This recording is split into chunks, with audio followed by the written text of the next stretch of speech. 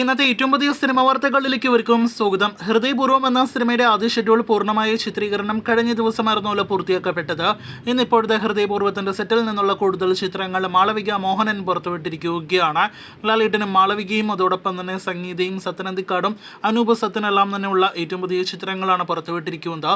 സിനിമയുടെ അടുത്ത ഷെഡ്യൂൾ ചിത്രീകരണം എമ്പുരാന്റെ റിലീസിന് ശേഷം ആരംഭിക്കുന്നതാണ്.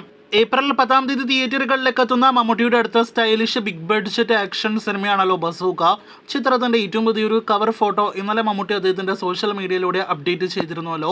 ഈ കാണുന്ന ഒരു പോസ്റ്ററോട് കൂടിയുള്ള കവർ ഫോട്ടോ ആണ് അപ്ഡേറ്റ് ആക്കപ്പെട്ടത്. ഫേസ്ബുക്ക് പോസ്റ്റിൽ ഈ കാണുന്ന ബസൂക്ക എന്ന സിനിമയുമായി ബന്ധപ്പെട്ട പോസ്റ്ററിന് താഴെ നിറയെ കമന്റുകൾ വരുന്നൊരു കാഴ്ചയാണ് മിനിറ്റുകൾക്കുള്ളിൽ നമുക്ക് കാണാനായിട്ട് കഴിഞ്ഞിരിക്കുന്നത്. ഇന്ന് ഇതുവരെ നോക്കുകയാണെങ്കിൽ 6000-ലധികം കമന്റുകളാണ് ബസൂക്ക പോസ്റ്റിന് താഴെ വന്നിരിക്കുന്നത്. സാധാരണ സിനിമകളെ കുറിച്ചുള്ള അഭിപ്രായങ്ങളും അതോടൊപ്പം തന്നെ അന്വേഷണങ്ങളെല്ലാം തന്നെയാണ് കാണുന്നതെങ്കിൽ ഇത്തവണ മമ്മൂട്ടിയെക്കുറിച്ചുള്ള അന്വേഷണങ്ങളായിരുന്നു ആ കമന്റ് ബോക്സ് നിറയെ. നമുക്ക് എല്ലാവർക്കും അറിയാമല്ലോ, കഴിഞ്ഞ ദിവസം മമ്മൂട്ടിയെക്കുറിച്ച് അങ്ങനെ കേൾക്കാൻ ആഗ്രഹിക്കാത്ത ഒരു വാർത്തയാണ് നാം എല്ലാം തന്നെ കേട്ടത്. അങ്ങനെ ഗുരുതരമായ ആരോഗ്യ പ്രശ്നങ്ങളൊന്നും തന്നെ മെഗാസ്റ്റാറിന് ഇല്ല എന്നാണ് നിലവിൽ നമുക്ക് മനസ്സിലാക്കാനായിട്ട് കഴിഞ്ഞിരിക്കുന്നത്. എങ്കിൽ പോലും കമന്റ് ബോക്സ് നിറയെ മമ്മൂട്ടിയുടെ ആരോഗ്യത്തിനെ കുറിച്ചുള്ള ഒരുപാട് ചോദ്യങ്ങളും അതോടൊപ്പം തന്നെ അന്വേഷണങ്ങളെല്ലാം തന്നെയാണ് കാണാനായിട്ട് കഴിഞ്ഞത്.